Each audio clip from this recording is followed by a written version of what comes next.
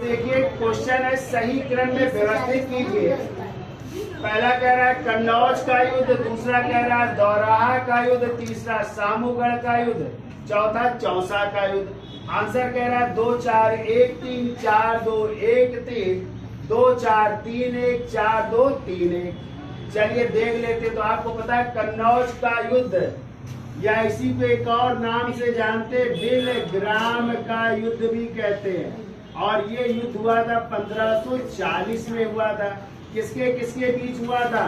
तो शेर खां और दूसरी तरफ थे हुमायूं। ठीक है, और यही जो है युद्ध था जिसमें हुमायूं अंतिम रूप से पराजित हुआ था और शेर खां ने एक नए राजवंश की स्थापना की थी। वो वंश था सूरी वंश, या इसी को कहते हैं द्वितीय अफगान साम्राज्य भी कहते हैं। ठीक है, फिर कह रहा है दौराहा का युद्ध। तो दौराहा का युद्ध हुआ था 1532 ईस्वी में। किसके किसके बीच हुआ था? तो एक तरफ हुमायूं है और दूसरी तरफ था महमूद लोदी था। ठीक है, महमूद लोदी। तो इसमें महमूद लोदी क्या हो गया था? पराजित हो गया था। ठीक है, फिर कह रहा है सामूगढ़ का युद्ध।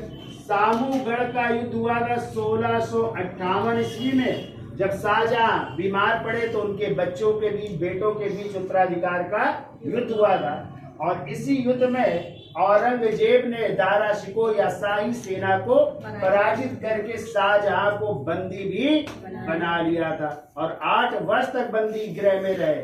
फिर 1666 में शाहजहां की क्या होती है? मृत्यु होती है। और चौसा का युद्ध हुआ था 1539 ईस्वी में। इसी को चौसा का युद्ध या बक्सर का युद्ध कहते हैं। और इसमें हुमायूं पहली बार पराजित हुआ था। किससे? शेर खां से। तो शेर खां और किसके बीच हुआ था?